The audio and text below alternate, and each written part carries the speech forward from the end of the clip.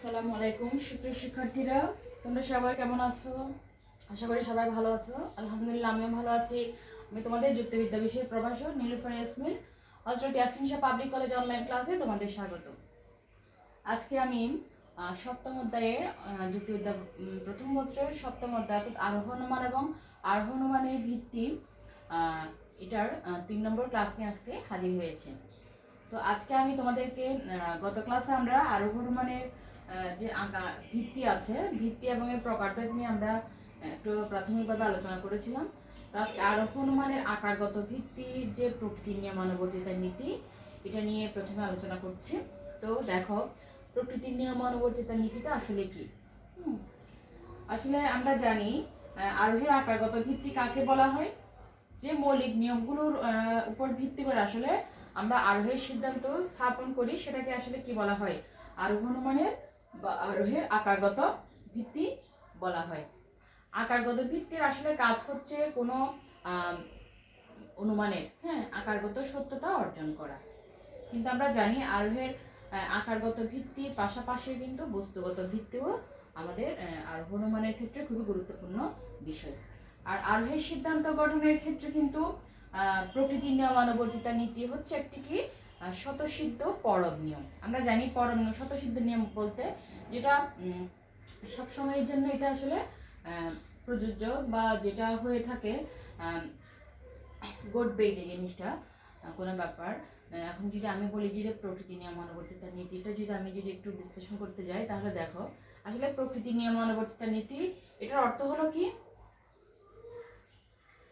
প্রকৃতি নিয়মানুবর্তিতা নীতির অর্থ হলো প্রকৃতিতে অভিন্ন অবস্থায় অভিন্ন ঘটনা ঘটে। প্রকৃতিতে অভিন্ন অবস্থায় অভিন্ন ঘটনা ঘটে। প্রকৃতিতে অভিন্ন অবস্থায় অভিন্ন ঘটনা ঘটে তার মানে কি? অর্থাৎ প্রকৃতিকে যদি বা কোনো একটা বিষয়কে যদি আমি ওর যে অবস্থাটা আছে সে অবস্থায় যদি রেখে দিই, তার ফলে সে সবসময়ই তার অবস্থা পরিবর্তন যদি আমরা না করি, তাহলে সে একই রকমের কার্য সংগঠিত করবে। এটা হচ্ছে প্রকৃতির নিয়মানুবর্তিতা নীতি। সেটা হচ্ছে কিসের ভিত্তিতে? যেভাবে প্রতিষ্ঠিত সত্যের ভিত্তিতে কতিপয় দৃষ্টান্ত অনুসরণ করে সমগ্র বিষয় সম্পর্কে সিদ্ধান্ত গ্রহণ করা হয় বলে এটাকে প্রকৃতির নিয়মানুবর্তিতা নীতিকে আমরা কি বলি? আরোহের আকারগত ভিত্তি বলি। অর্থাৎ প্রতিষ্ঠিত কিছু সত্য আছে, যেমন আমরা কিছু উদাহরণ দিয়েছিলাম। সক্রেটিস মরণশীল, দার্শনিক রাসেল হয় মরণশীল, প্লেটো হয় মরণশীল, সুতরাং সকল মানুষ হয় মরণশীল। এই যে কিছু কিছু মানুষের মরণশীলতা, এটা তো কিন্তু প্রতিষ্ঠিত সত্য। এটার উপর ভিত্তি করে আমরা যখন কতিপয় দৃষ্টান্ত যদি অনুসরণ করে যদি আমরা একটা সার্বিক একটা বিষয় সম্পর্কে আমরা সিদ্ধান্ত গ্রহণ করি, এটা কিসের ভিত্তিতে করি? প্রকৃতির নিয়মানুবর্তিতা নীতির উপর ভিত্তি করে। এই জন্যই কিন্তু এটাকে কি বলা হয়? আরোহের আকারগত ভিত্তি বলা হয়। এটা হচ্ছে আরোহের আকারগত ভিত্তি নিয়ে বিভিন্ন দার্শনিকগণ বিভিন্নভাবে আরোহের যে নিয়মানুবর্তিতা নীতি আছে, প্রকৃতির নিয়মানুবর্তিতা নীতি, এটাকে আমরা অনেক সময় বলি এটা প্রকৃতিতে আসলে নিয়মের রাজত্বই চলে। প্রকৃতি সবসময় একই রকম, প্রকৃতিতে সবসময় একই রকম ঘটনা ঘটে একই রকম অবস্থায়। অর্থাৎ প্রকৃতি একই কারণে সবসময় একই কার্য ঘটায়। অর্থাৎ সেটা মোটামুটি একটা মূল কথা হচ্ছে প্রকৃতিতে অভিন্ন অবস্থায় অভিন্ন ঘটনা ঘটে। এটা হচ্ছে আসলে মূল কথা। অর্থাৎ একটা বিষয়কে যদি তুমি অভিন্ন রাখতে পারো, তো পরিবর্তন না করে, না করলে পূর্বেও সেই বিষয়টি যে কার্য সংগঠিত করেছে, পরবর্তীতেও তাকে যদি পরিবর্তন করা না হয়, সে একই রকমের কাজ বা একই রকমের ঘটনা ঘটাবে। এটাই হচ্ছে প্রকৃতির নিয়ম। এখন আমরা কিছু কিছু বর্ণনার যদি আমরা বলতে পারি, এটা হচ্ছে অনেক সময় আমরা যদি বলি, যেমন ধর আমরা যদি একটা উদাহরণ দিই, অতীতে যে অবস্থায় অগ্নি দহন কার্য সম্পন্ন করেছে, ভবিষ্যতেও ঠিক একই অবস্থায় কিন্তু অগ্নি দহন করবে, মানে অগ্নি পোড়াবে। আগুন, অগ্নি মানে আগুন, তোমরা তো জানো সবাই। অর্থাৎ একটা বিষয়কে যদি আমি সাপোজ ধরো একটা খড়ের গাদার মধ্যে অনেকগুলো খড় স্তূপ করা আছে, ওখানে যদি আমি একটা দেশলের কাঠে যদি ওখানে ফেলি, জ্বালিয়ে যদি ফেলা হয় ওই খড়ের স্তূপের মধ্যে, তাহলে কি করবে? খড়গুলো যদি কি হয়, শুকনো হয়, তাহলে সেটা কি অবশ্যই পুড়ে যাবে না খড়গুলো? আর যদি ভিজে থাকে খড়গুলো, তাহলে কি সে অবস্থা হয়তো হবে কি পুড়বে না। কিছুটা পূর্বে না এরকম। কিন্তু যখন তার অবস্থা যদি শুকনো খড় যদি বলি আমরা, তাহলে সেখানে বা একটা গ্যাস আছে, গ্যাসের যদি একটা চুলার মধ্যে যদি গ্যাস থাকে, তাহলে তার যদি কোনো সমস্যা না হয়, গ্যাসটা যদি ঠিকঠাক থাকে, বার্নার যদি ঠিকঠাক থাকে, তাহলে অবশ্যই সেখানে যদি আমরা দেশলাই কাঠে জ্বালানোর সাথে সাথে কিন্তু চুলাটা জ্বলবে। এটাও একটা, অর্থাৎ যে কোনো বিষয়, মানে আমরা যদি একটা বিষয় যদি তাকে অভিন্ন রাখতে পারি, তাহলে সেই বিষয়টা সবসময় একই রকম কার্য সংগঠিত, সেই ঘটনা সেই কারণটি সবসময় একই রকম কার্য সংগঠিত করবে। এই ব্যাপারে যুক্তিবিদ মিল বলেন, আসলে প্রকৃতির মধ্যে বৈচিত্র্য বর্তমান, অর্থাৎ বৈচিত্র্য আছে যেমন যদি বৃষ্টি বাদল বা চমৎকার আবহাওয়া এখন আমরা দেখতে পাচ্ছি, কিন্তু পরের বছরগুলোতেও যে একই রকম আবহাওয়া বা বৃষ্টি দেখা যাবে এরকম কথা আসলে আমরা কেউ বলতে পারবো না। হ্যাঁ, যেমন ধরো আমি এখন আজকে রাতে একটা স্বপ্ন দেখলাম, কিন্তু কালকে রাতে যে আমি একই রকম স্বপ্ন দেখবো সেরকম কোনো কথা নেই। কাজেই আমরা বলতে পারি কি, প্রকৃতির মধ্যে যেমন প্রকৃতির নিয়মটা যেমন সত্য, তাহলে এই যে নিয়মের মধ্যেও কিন্তু কি আছে, কিছু বৈচিত্র্য আছে। হ্যাঁ, অর্থাৎ প্রকৃতির মধ্যে আমরা দেখি বৈচিত্র্য বা বিশৃঙ্খলা যদি আমরা দেখি, ওই বিশৃঙ্খলার মধ্যেও কিন্তু একটা ঐক্য বিরাজমান, সেটাই হচ্ছে মিলের মূল বক্তব্য। অর্থাৎ প্রকৃতির মধ্যে যতই অনৈক্য দেখা যাক না কেন, আপাতত দৃষ্টিতে বিশৃঙ্খলা দেখা যাক না কেন, আসলে ওই অনৈক্যের মধ্যেই কিন্তু, বৈচিত্র্যের মধ্যেই কিন্তু প্রকৃতির নিয়ম বিদ্যমান আছে। তাহলে আমরা বলতে পারি প্রকৃতির নিয়মানুবর্তিতা নীতিটা আমরা তাহলে কি বলতে পারি, প্রকৃতিকে আমরা যদি কিছু প্রতিষ্ঠিত সত্যের ভিত্তিতে কিছু দৃষ্টান্ত অনুসরণ করে আমরা যখন একটা সার্বিক বিষয় সম্পর্কে সিদ্ধান্ত গ্রহণ করি, তখন সেটাকে আমরা কি বলি, প্রকৃতির নিয়মানুবর্তিতা নীতি বলি। এই জন্য প্রকৃতির নিয়মানুবর্তিতা নীতির এই যে বিষয়টা, অর্থাৎ প্রতিষ্ঠিত সত্যের ভিত্তিতে কতিপয় দৃষ্টান্ত অনুসরণ করে আমি একটা সার্বিক বিষয় সম্পর্কে সিদ্ধান্ত গ্রহণ করছি, এটাকে এই জন্যই বলা হয় আরোহের আকারগত ভিত্তি। ঠিক আছে, এরপর আসো আরোহের কূটাভাস বা প্যারাডক্স অফ ইন্ডাকশন। আরোহের কূটাভাস।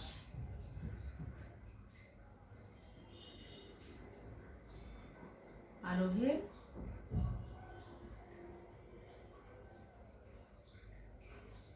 কূটাভাস। কূটাভাস মানে কি? কূটাভাস শব্দটির অর্থটি হচ্ছে আসলে আপাত বিরোধী মতবাদ, অর্থাৎ দেখতে মনে হবে সেটা আপাত দৃষ্টিতে মনে হবে এটা অসঙ্গতি আছে, এটার মধ্যে বিরোধ আছে, সেটাকে বলা হয় আসলে আরোহের কূটাভাস। আমরা একটু লিখি, কূটাভাস শব্দের অর্থ হলো, কূটাভাস শব্দের অর্থ হলো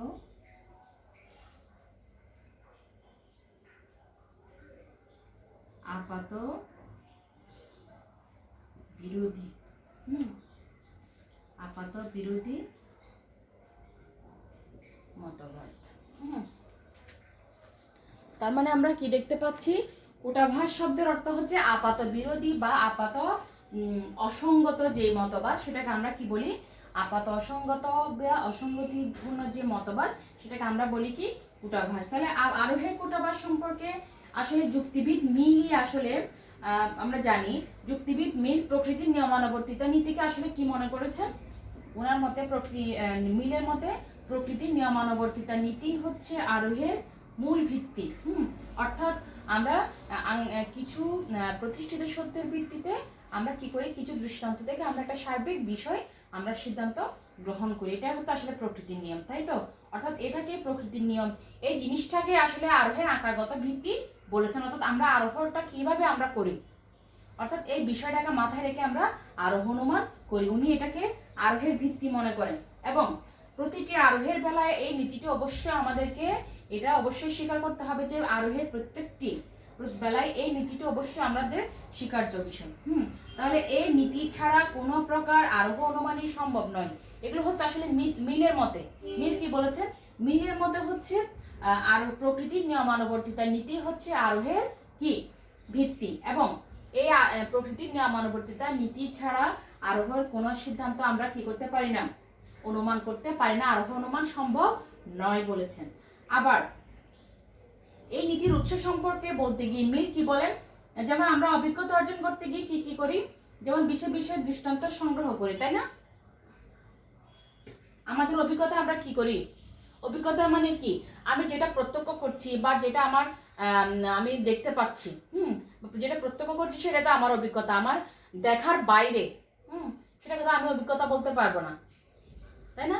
আমার দেখার বাইরে অনেক কিছু আছে, কিন্তু আমার দেখাটাকে আমি অভিজ্ঞতা বলবো। তাহলে আমার অভিজ্ঞতার ভিত্তিতে যখন আমি অভিজ্ঞতা অর্জন করতে গিয়ে কি কি করি, আমরা বিশেষ বিশেষ কিছু দৃষ্টান্ত আমরা সংগ্রহ করি এবং তার প্রকৃতির নীতি নিয়মানুবর্তিত নীতি থেকে আমরা আসলে পেয়ে থাকি। তাহলে আমরা এক্ষেত্রে বলতে পারছি কি, প্রকৃতির নিয়মানুবর্তিত নীতি হচ্ছে আসলে আবার আরোহ অনুমানের ফল।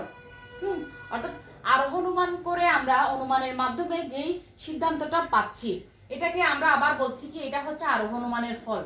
নিয়মানুবর্তিত নীতিটা হচ্ছে আরোহ অনুমানের ফল। অর্থাৎ মিল যখন এটাকে আরোহ অনুমান প্রকৃতির নিয়মানুবর্তিত নীতিকে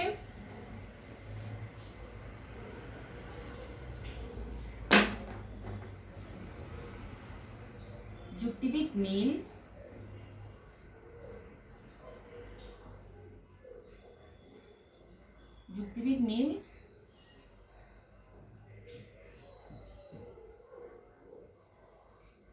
প্রকৃতি নিয়মানুবর্তিত নীতিকে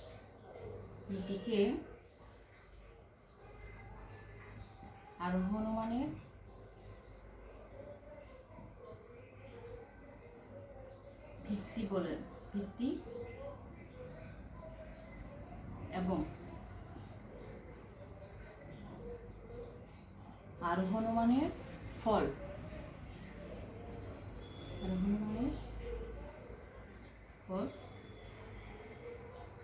উভয়ই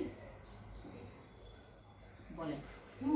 যুক্তিবিদ মিল প্রকৃতির নিয়মানুবর্তিত নীতিকে আরোহ অনুমানের ভিত্তি এবং আরোহ অনুমানের ফল উভয়ই বলে থাকেন। এই জন্যই আসলে উনি একটা বিষয় কখনো ভিত্তি এবং একটা বিষয় যেটার উপর ভিত্তি করে আমরা আরোহ অনুমানটা আমরা গঠন করি, হ্যাঁ, আবার সেই বিষয়টা আবার আরোহ অনুমানের রেজাল্ট হবে, এটা একটা বিষয় তো কোনো একটা বিষয়ের বেস কিংবা এটা রেজাল্ট হতে পারে না। এই যে আমরা এখানে মনে হচ্ছে না দুটো অসঙ্গতি, মানে বিরোধী মনে হচ্ছে না, দুটোর একটা ভিত্তি হয়, আবার ওই জিনিসটা আবার এটার রেজাল্ট কিভাবে হবে। এই যে আপাতত যে ওনার যে বক্তব্যটা এখানে আসলে আমরা দেখতে পাচ্ছি, উনি এখানে কি করছেন, উনি এখানে পরস্পর বিরোধী দুটো বক্তব্য আসলে ফুটে উঠে ওনার বক্তব্য। অর্থাৎ তিনি বলেছেন প্রকৃতির নিয়মানুবর্তিত নীতিটি আসলে অবৈজ্ঞানিক আরোহের সিদ্ধান্ত এবং প্রকৃতির নিয়মানুবর্তিত নীতিটি বৈজ্ঞানিক এবং অবৈজ্ঞানিক সকল আরোহ অনুমানের ভিত্তি, এই কথাটি বলেছেন। অর্থাৎ অবৈজ্ঞানিক আরোহের এই বক্তব্যের অর্থ আমরা বলতে পারি প্রকৃতির নিয়মানুবর্তিত নীতি একদিকে আরোহ অনুমানের ভিত্তি এবং অন্যদিকে কি আরোহ অনুমানের ফল। অর্থাৎ এখানে আমরা দেখতে পাচ্ছি কি ফল বা সিদ্ধান্ত, তাহলে আমরা দেখতে পাচ্ছি এখানে স্ববিরোধী বা অসঙ্গতি লক্ষ্য করা যাচ্ছে। এই জন্যই আরোহ সম্পর্কিত মিলের এই মতবাদকে কি বলা হয়, আরোহের কূটাভাস বা আপাত অসঙ্গত মতবাদ বলা হয়। এই জন্যই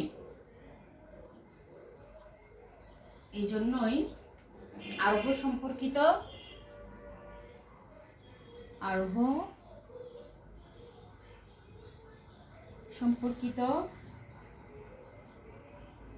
মিলে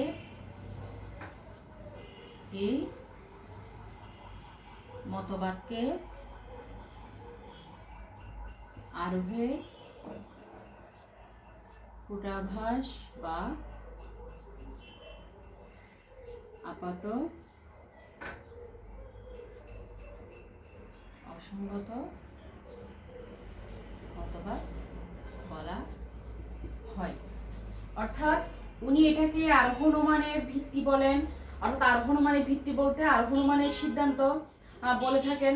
আবার এটাকে আরোহ অনুমান অর্থাৎ আরোহ অনুমানের যে প্রকারভেদগুলো আছে তা বৈজ্ঞানিক এবং অবৈজ্ঞানিক আমরা যে সিদ্ধান্তগুলো গ্রহণ করি, হ্যাঁ, সেগুলোর ভিত্তিটা আসলে হচ্ছে কি উনি বলতে চাচ্ছেন প্রকৃতির নিয়মানুবর্তিত নীতি। অর্থাৎ যে জিনিসটা একটা জিনিস অনুমানের ভিত্তি হয়, সেটা আবার কিভাবে ওই অনুমানটার মাধ্যমে আমরা তাকে পেয়ে থাকি সেটা কিভাবে বলবো, তাই না? এই জন্য এটা যে একটা অসঙ্গতি বা বিরোধ একটা মতবাদ উনি প্রদান করেছেন, এই জন্যই এটাকে আরোহের কূটাভাস বা আপাত অসঙ্গত মতবাদ বলা হয়। ঠিক আছে, এরপর আসো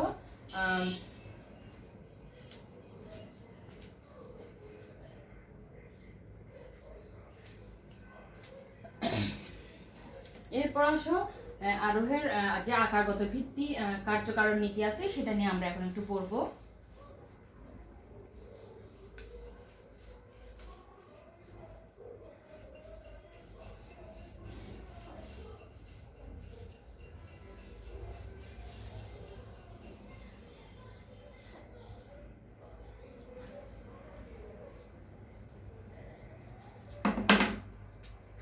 কার্যকারণ নীতি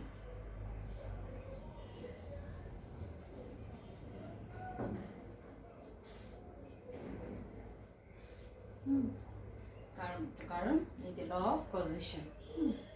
আমরা জানি কি এটা হচ্ছে আরোহের ভিত্তি কার্যকারণ নীতিটা হচ্ছে আরোহের যে 2 ধরনের ভিত্তি আছে তার মধ্যে আর কার্যকারণ নীতি হচ্ছে অন্যতম। একটা আমরা একটু আগে পড়েছি, অর্থাৎ প্রকৃতির নিয়মানুবর্তিত নীতি। এটা একটা আমরা বলতে পারি আরোহের একটা মৌলিক নিয়ম। এটার উপর ভিত্তি করে আরোহের সিদ্ধান্ত আমরা স্থাপন করি। আমরা আগে বলেছি আরোহের সিদ্ধান্ত স্থাপন করার জন্য আমাদের আরোহে প্রকৃতি নিয়মানুবর্তিত নীতি এবং কার্যকারণ নীতি এই দুটো বিষয় আমাদের অনুসরণ করতে হয়। এখন বলা যায় এক্ষেত্রে কার্যকারণ নীতি অনুযায়ী আমরা কি বলতে পারি, প্রতিটি ঘটনারই একটি কারণ আছে। এই নীতি অনুযায়ী বলা যায় প্রত্যেকটি ঘটনারই কি একটি কারণ আছে, একটি কারণ আছে। বিনা কারণে কোনো ঘটনা ঘটে না। আমরা এমনি নর্মালি বলি না, বিনা কারণে কোনো ঘটনা ঘটে না। অর্থাৎ এই নীতি অনুযায়ী আমরা বলতে পারি প্রত্যেকটি ঘটনার একটা নির্দিষ্ট কারণ থাকতে পারে, কারণ আছে। কোনো কারণে অর্থাৎ বিনা কারণে কোনো ঘটনা ঘটে না, এটাই হচ্ছে কার্যকারণ নীতির মূল বক্তব্য। অর্থাৎ আমরা এমনি বলি, আমরা এমনিতে তো কোনো কিছু ঘটে না, তার মানে কি প্রত্যেকটা ঘটনার পিছনে একটা নির্দিষ্ট কারণ থাকবে। তাহলে সেই কারণটা এ প্রসঙ্গে যুক্তিবিদ মিল বলেন যে ঘটনা শুরু আছে তার একটি কারণ থাকতে বাধ্য। মিলেরটা আমি একটু লিখি। যুক্তিবিদ মিল বলেন, যুক্তিবিদ মিল বলেন যে ঘটনা শুরু আছে, যে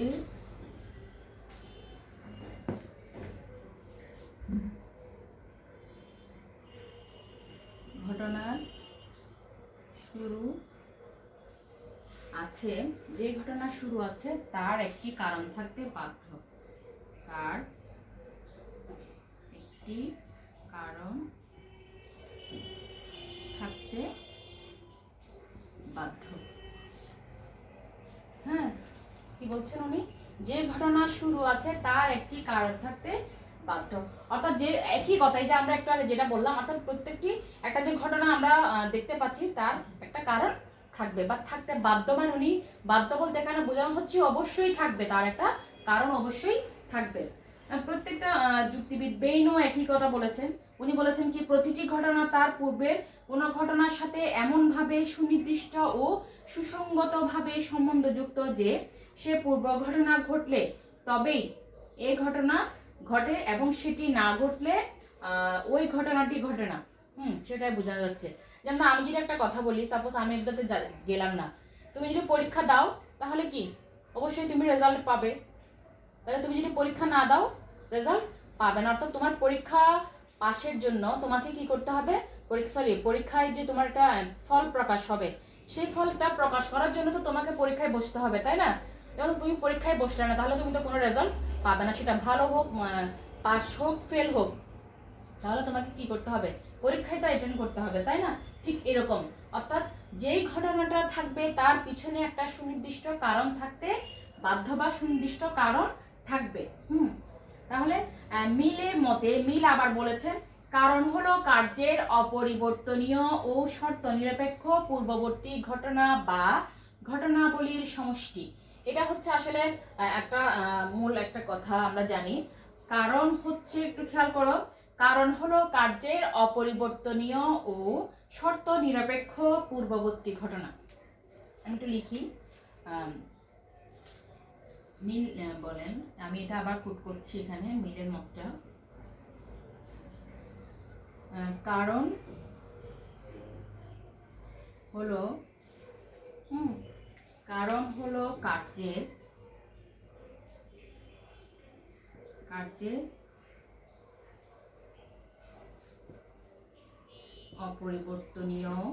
অপরিবর্তনীয় ও শর্ত নিরপেক্ষ, অর্থাৎ কোনো শর্ত থাকবে না,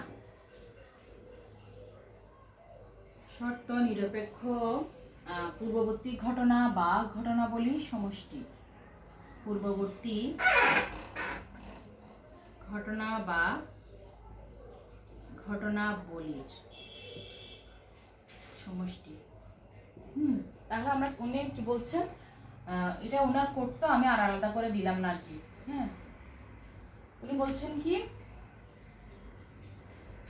কারণ হলো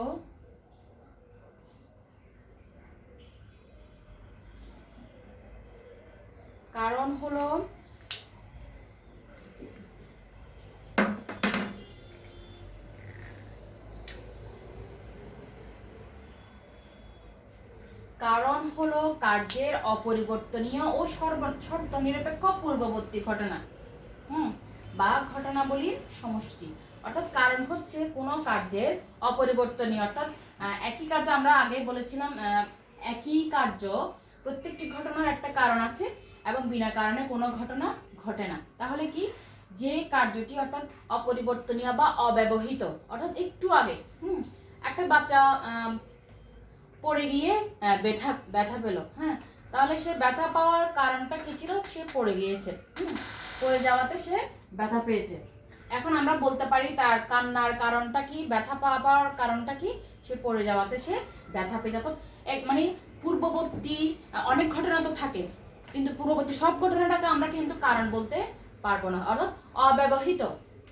কিছু সময় আগে যে ঘটনাটি ঘটার ফলে পরবর্তী ঘটনাটা ঘটবে, হ্যাঁ, এবং শর্ত নিরপেক্ষ যে পূর্ববর্তী ঘটনা বা ঘটনাবলীর সমষ্টি, অর্থাৎ অনেকগুলো ঘটনা নিয়ে বা একটা ঘটনা নিয়েও পূর্ববর্তী কি কারণ ঘটতে পারে বা থাকতে পারে একটা কার্যের পিছনে। ঠিক আছে, তাহলে আমরা মোটামুটি দেখলাম কার্যকারণ নিয়ম অনুসারে আমরা বলতে পারি কি, প্রত্যেকটি ঘটনার, যেমন ধরো আমরা যদি আরেকটু উদাহরণ দিই, তাহলে আমরা বলতে পারি পৃথিবীর প্রত্যেকটি বা প্রকৃতির প্রত্যেকটি ঘটনায় হচ্ছে কি কারণ শৃঙ্খলে বাধা, পূর্ববর্তী কোনো ঘটনা পরবর্তী ঘটনার সাথে এমনভাবে সম্পর্কযুক্ত যে পূর্বের ঘটনাটি না ঘটলে পরবর্তী ঘটনাটি ঘটবে না, বা পূর্বের ঘটনাটি ঘটলে পরবর্তী ঘটনাটি ঘটবে। তাহলে আমরা বলতে পারি সেক্ষেত্রে তাহলে বিনা কারণে কোনো ঘটনাই আসলে ঘটে না। যেমন ধরো যদি বলি, দ্রব্যমূল্যের ঊর্ধ্বগতি, জনসংখ্যা বিস্ফোরণ, ঝড়ের তাণ্ডবলীলা, চন্দ্রগ্রহণ, সূর্যগ্রহণ, বা নৈতিকতা ও মূল্যবোধের অবক্ষয়, এই জিনিসগুলো আসলে তো এমনি এমনি ঘটছে না, তাই না? একটা আমাদের যে প্রাকৃতিক দুর্যোগগুলো তো আসলে এমনি হচ্ছে না, নিশ্চয়ই এর পিছনে কোনো কারণ আছে। সেই কারণগুলো কি, আমরা আসলে যে প্রকৃতিতে বা এই বিশ্বে যারা বসবাসকারী আমরা প্রাণীরা আছি বা মানুষ আছি, আমরা যেহেতু সৃষ্টির সেরা জীব, হ্যাঁ, এবং সৃষ্টির সেরা জীব হলেও কিন্তু আমরাই কিন্তু এই প্রকৃতিকে আমরাই কিন্তু কি করছি, ক্ষতি করে যাচ্ছি। এবং প্রকৃতির ক্ষতি করা মানে আসলে কিন্তু সেটা আমাদের ক্ষতি হয়ে যাচ্ছে। এবং সেই যে বিভিন্ন ধরনের প্রকৃতির উপর যে আমরা বিভিন্ন ধরনের কি বলবো, প্রকৃতিকে আমরা বিনষ্ট করছি, তার ফলশ্রুতিতে কি হচ্ছে, প্রকৃতিতে বিভিন্ন ধরনের বিরূপ প্রতিক্রিয়া আমরা লক্ষ্য করছি। অর্থাৎ খরা হচ্ছে, বন্যা হচ্ছে, অতিবৃষ্টি হচ্ছে, বিভিন্ন ধরনের সমস্যাগুলো আসলে আমরা দেখতে পাচ্ছি। অর্থাৎ এসব ঘটনার পিছনে, বন্যা, খরা, এগুলো তো আসলে এমনি হয় না। কেন হয় না? এগুলোর পিছনে কোনো কারণ আছে। সেই কারণগুলো হচ্ছে আমরা প্রকৃতিকে আসলে কি করছি, নষ্ট করে ফেলছি। তাদের যে স্বাভাবিক যে বৈচিত্র্যটা থাকার কথা, সেটার ক্ষেত্রে আমরা হস্তক্ষেপ করছি বিধায় কিন্তু প্রকৃতি কি করছে, প্রকৃতি তো আর মানুষের মতো মারামারি করতে পারে না বা ওরকম কিছু, ও কিন্তু ওর নিয়মেই কিন্তু প্রকৃতি নিয়মেই কিন্তু সেটা কি করছে, প্রতিবাদ করছে। যার ফলশ্রুতিতে আমাদের বিভিন্ন বন্যা, যে খরা, এই যে আরো বিভিন্ন ধরনের প্রাকৃতিক দুর্যোগ এগুলো ঘটছে। ঠিক আছে, তাহলে প্রত্যেকটি ঘটনার পিছনে আমরা বলতে পারি কি একটা নির্দিষ্ট কারণ বা কারণ থাকবে, বা ঘটনা বা ঘটনাবলীর সমষ্টি আসলে থাকবে। ঠিক আছে, তাহলে আমরা আজকে মোটামুটি আরোহের আকারগত ভিত্তির প্রকৃতি নিয়মানুবর্তিতা নীতি এবং কার্যকারণ নীতি এই বিষয়ে মোটামুটি আমরা একটু জেনেছি আজকে। তোমরা আশা করি এগুলো বুঝতে পেরেছো। এই বিষয়ে তোমরা আরেকটু পড়বে, টেক্সট বই পড়লে আরো বেশি ক্লিয়ার হয়ে যাবে এই বিষয়গুলো। আসলে এখানে কিছু বিষয় আছে হয়তো যেটা আমিও তোমাদেরকে পরিষ্কার করে হয়তো বোঝাতে পারছি না, তোমরা পড়লে আরো ভালো মতো বুঝতে পারবে। ঠিক আছে, তো আশা করি তোমরা বাসায় এগুলো অনুশীলন করবে, তাহলে তোমাদের আরো ক্লিয়ার হয়ে যাবে বিষয়টা সম্পর্কে।